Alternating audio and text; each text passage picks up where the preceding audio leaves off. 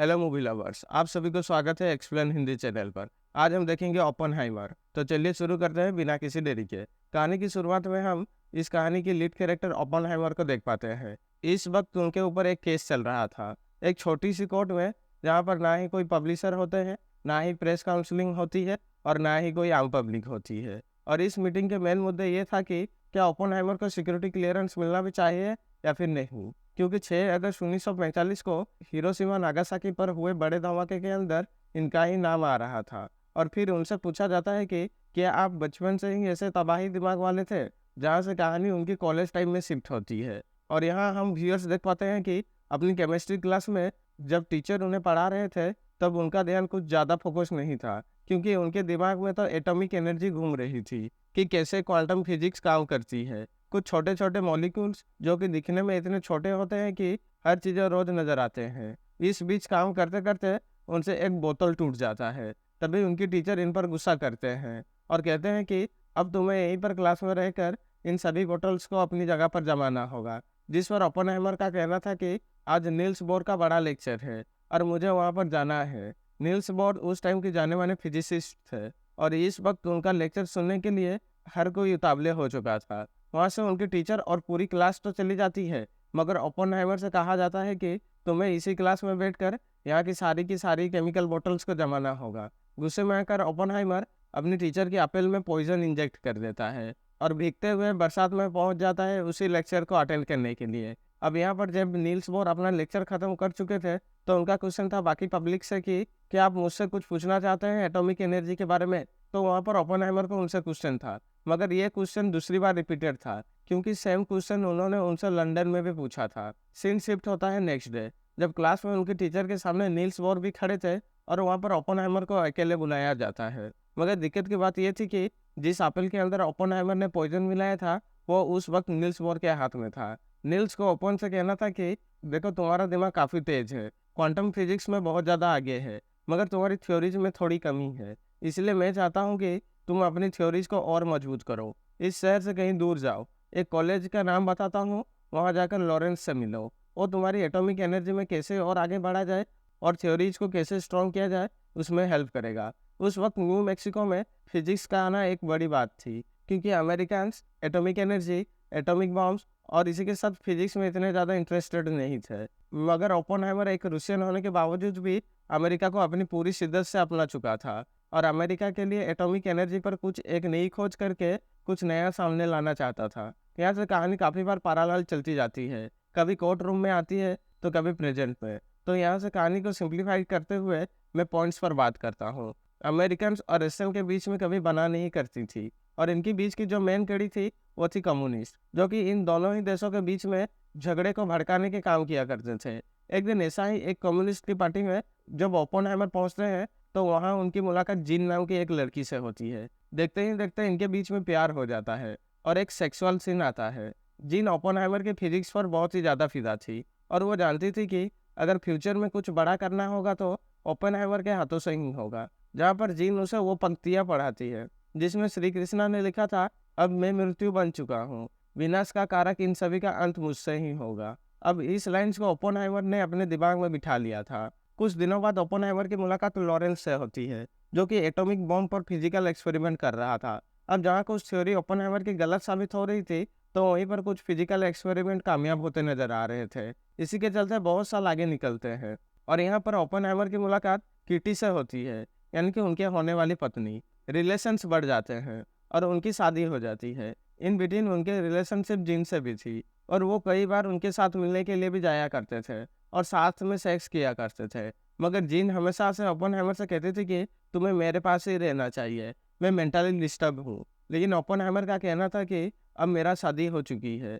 हम एक रिलेशनशिप में साथ में नहीं रह सकते, इसलिए तुम्हारा और मेरा अब दूर हो जाना ही बेहतर है। और एक दिन ओपेनहाइमर के ऑफिस में पहुंच जाते हैं ग्रुप्स, जो कि यूएस जनरल थे। उनके कहना था कि रशिया से हमें कुछ गुप्त सूत्रों से मालूम चला है कि वो लोग भी एटॉमिक एनर्जी या फिर एटॉमिक बॉम्ब पर काम कर रहे हैं। हमसे पहले उनके पास ये पावर आ गया तो हमारा खत्म होने में कुछ पल नहीं लगेंगे। और मैं समझता हूँ कि इस एटॉमिक साइंस में आपसे बढ़िया साइंटिस्ट और कोई नहीं है, इसलिए मैं चाहता हूँ कि आप हमारे लिए भी एक ऐसा ही बम बनाए। मगर इस काम के लिए लगने वाली थी एक बहुत बड़ी जगह, और काफ़ी सारे साइंटिस्ट और बहुत सारा पैसा, जिसके बाद ही अपने ही रिसोर्स से ओपेनहाइमर कुछ साइंटिस्ट की टीम बनाता है और एक लॉस एल्मोस नाम की जगह पर, जो कभी पहाड़ और खेतों जैसे लगा करती थी, वहाँ पर एक नकली शहर बसाया जाता है, ताकि साइंटिस्ट तो तभी खुश रहेंगे जब उनकी फैमिली उनके पास रहेगा, और जब खुले दिमाग से काम होगा तो रिजल्ट भी प्यारे नजर आएंगे। एक दिन अपनी इक्वेशंस के चलते एडवर्ड नाम का एक शख्स उनके पास आता है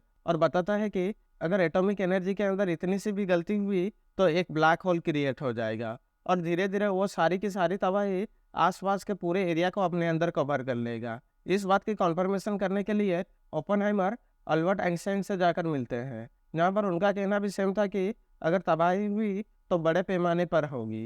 लेकिन यहाँ से सीन कोर्ट रूम में शिफ्ट होता है। बातें ही बातें चलती रहती है, एक दूसरे पर इल्जाम लगाया जाता है। कोई कहता है कि आखिर आपने एक और पासिंग क्यों किया इतने बड़े बम बनाने के लिए, तो कोई कहता है कि नेशनल सिक्योरिटी के लिए सब कुछ करना जरूरी था, क्योंकि अगर दुश्मन देश हमसे आगे निकल जाते तो हमारा खात्मा होना तो बस कुछ पलों की बात होती। इस पूरे काम करने में इन्हें करीब 2 साल से ऊपर का वक्त और ऊपर से $2 अरब की लागत और हजारों लोगों की मेहनत लगती है। इस बीच ओपेनहाइमर के पास खबर आती है कि डिप्रेशन के चलते जिन ने सुसाइड कर लिया है। इस बात पर वो टूट जाते हैं, क्योंकि वो तो उनकी बेस्ट फ्रेंड हुआ करती थी, और ऊपर से जिन ने ओपेनहाइमर से ये भी कहा था कि तुम मेरे साथ रहने के लिए आ जाओ। मगर ये वक्त बहुत ही ज़्यादा क्रिटिकल था, क्योंकि आइटम बम अपने पीक पर था, बस बनने ही वाला था और कुछ मेहनत और करनी थी। जब अभी साइंटिस्ट अपनी इस प्रोजेक्ट पर काम कर रहे थे तो एडवर्ड ने हाइड्रोजन का ऑप्शन भी इन्हें दिया था, जो कि एटम से 1000 गुना ज़्यादा शक्तिशाली था, मगर कोई भी उसके लिए तैयार नहीं था। लेकिन अपने इक्वेशन के चलते ओपेनहाइमर इस बात को जान गया था कि अगर हाइड्रोजन हमने बना लिया तो कोई और देश भी उसकी कॉपी किए बिना नहीं रहेगा, और अगर बाई चांस झगड़ा हो गया और अगर वर्ल्ड वॉर 3 लड़ा गया तो पूरी दुनिया धूल में मिल जाएगी। और वक्त आ चला था फास्ट टेस्टिंग का, जहाँ पर एक छोटे से नमूने के साथ धमाका किया जाना था, और वो धमाका भी इतना बड़ा था कि उनके सर से उनकी टोपी तक उड़ गई थी। सभी लोग अपने नमूने से बहुत इज्जत खुश थे, और अब ये बात प्रेसिडेंट तक पहुंचती है, जहाँ पर उनसे एक और पास करवाना था कि बम किस पर गिराए। इस वक्त अमेरिका भी एक बड़ी ताकत और रशिया भी एक बड़ी ताकत थी, जिनके बीच में जापान लड़ रहा था। तो प्रेसिडेंट को अपना आसान शिकार जापान लगता है, जिनमें से ये 16 जगह को पॉइंट आउट करते हैं, और अब इनमें से एक को चुनना था, जिसमें से नाम आता है हिरोशिमा नागासाकी। अब यहाँ पर थोड़े से एटम्स के बारे में एक्सप्लेनेशन हो जाए। बेसिकली एटम्स जो होते हैं ये फ्यूजन पर काम करते हैं। जब तक फ्यूजन रिएक्शन नहीं होगा तब तक एटॉमिक एनर्जी अपने फुल पोटेंशियल पर नहीं आ पाएगी, और इसी चेन रिएक्शन में जो सबसे खास केमिकल या फिर सबसे खास चीज़ जो काम में आती है वो होता है प्लूटोनियम। लेकिन दिक्कत की बात ये थी कि अगर बारिश आ जाए और पानी गिर जाए तो फिर फ्यूजन रिएक्शन होने में मुसीबतें आ सकती हैं, और जिस दिन इनकी फाइनल टेस्टिंग थी उस दिन बरसात आ जाती है। मगर अगले ही दिन जनरल ग्रुप्स को न्यूयॉर्क पहुंचकर सारी की सारी इन्फॉर्मेशन देनी थी कि क्या हमने इतने सालों में मेहनत करके जो चीज़ बनाई है वो सचमुच काम करती है या नहीं। और इस आखिरी दिन के कुछ घंटों पर ही इतने सारे लोगों की कुछ उम्मीदें टिकी हुई थी, और फिर जाके फाइनली वो मूवमेंट आता है जब सुबह के 5:30 बजे बरसात थोड़ी सी कम होती है और सभी लोग अपनी सांसें थाम लेते हैं, और शुरुआत होती है एक ऐसे धमाके की जिसने वर्ल्ड में अपना नाम रख दिया। देखा जाए तो पूरी कहानी का सिर्फ ये एक ही एटम बम का धमाका था, मगर ये धमाका इतना बड़ा था कि मीलों दूर बैठे हुए लोगों के सर से टोपियां उड़ गई, इनफैक्ट धरती तक हिल चुकी थी। अपने इस प्रोजेक्ट मैनहट्टन में कामयाब होने के बाद में यूएस गवर्नमेंट तैयार थी इस बम को हिरोशिमा पर गिराने के लिए। उसके बाद ये बम को हिरोशिमा पर गिराया जाता है, जिसमें करीब 2,20,000 लोग मारे गए। इस खबर से हालांकि यूएस गवर्नमेंट बड़ी खुश थी, मगर अंदर ही अंदर ओपेनहाइमर इस बात से दुखी थे कि उन्होंने कई सारे परिवार उजाड़ दिए। इनफैक्ट वो हादसा इतना ज़्यादा दर्दनाक था कि वो उनकी आंखों के सामने बस वही मंजर घूम रहा था, जिसके कुछ दिन बाद ओपेनहाइमर को डायरेक्टली प्रेसिडेंट के साथ एक मीटिंग के लिए बुलाया जाता है, जहां पर ओपेनहाइमर को उनसे कहना था कि हमने इस टेक्नोलॉजी पर जीत तो हासिल कर ली है, मगर मैं चाहता हूं कि हम इसका प्रोडक्शन नहीं रोक दें, क्योंकि अगर ऐसा और बने तो दूसरे देश हमारे मुकाबले करने के लिए ऐसे ही और बम्स बनाएंगे, और बाई चांस अगर झगड़ा हो गया तो लाखों नहीं बल्कि करोड़ों लोग, इनफैक्ट मासूम लोग मौत के घाट उतर जाएंगे, और ये सब का कारण बनेगा सिर्फ और सिर्फ ओपेनहाइमर को। जिससे प्रेसिडेंट कहता कि ये बम तुम्हें नहीं बल्कि मैंने गिरवाया है, कारण तुम नहीं बल्कि मैं कारण बनूंगा, और इस पर फ्यूचर में भी और काम होता रहेगा। अब यहाँ से कहानी कंप्लीट कोर्ट रूम पर शिफ्ट हो जाती है, जहाँ पर सभी वकील, सभी पुलिस वाले, इनफैक्ट सारे के सारे साइंटिस्ट, इन पर आखिर कौन कौन कैसे जुड़ा हुआ था इस प्रोजेक्ट में, किसका क्या योगदान था। और यहाँ से एंड में हमें पता चलता है कि ल्यूइस यानी रॉबर्ट जूनियर जो कि एक एंटी पर्सनालिटी के रूप में काम कर रहे थे इस मूवी में।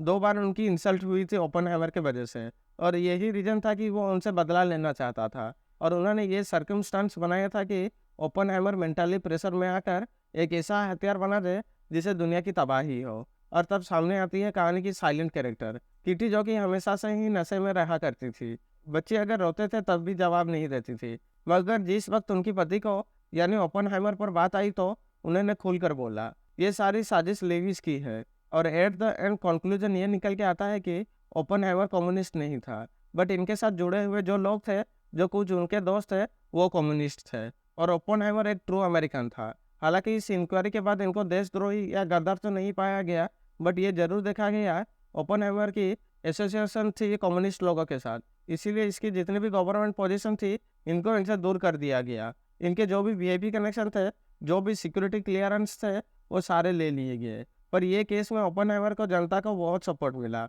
और साइंटिफिक कम्युनिटी में इसलिए ओपेनहाइमर का हीरो की तरह माना गया। यहाँ कहानी की एंड में छोटी सी कॉन्वर्सेशन दिखाई जाती है in between Oppenheimer and Albert Einstein. ये वो वक्त था जब हाइड्रोजन बॉम्बिंग की कुछ इक्वेशंस अल्बर्ट आइंस्टाइन को दिखाई जाती है, जहाँ पर उनका कहना था कि ये तबाही का एक बड़ा रूप ले लेगी, तो कोशिश करना कि ये सारी चीज़ें रुक जाए। और कहानी का एंड सिर्फ ये दिखाते हुए होता है कि मालूम तो ऑलरेडी ओपेनहाइमर को चल चुका था कि अब हाइड्रोजन पावर भी वजूद में आएगी, लेकिन अगर वो वजूद में आई तो दुनिया में हर जगह सिर्फ तबाही ही होगी। और इसी के साथ में ये मूवी यहीं पर ख़त्म हो जाता है। तो गाइज, आपको ये वीडियो कैसा लगा प्लीज़ मुझे लाइक और कमेंट करके ज़रूर बताना और ऐसे ही मूवीज़ और सीरीज़ का एक्सप्लेनेशन के लिए हमारे चैनल को सब्सक्राइब कर देना।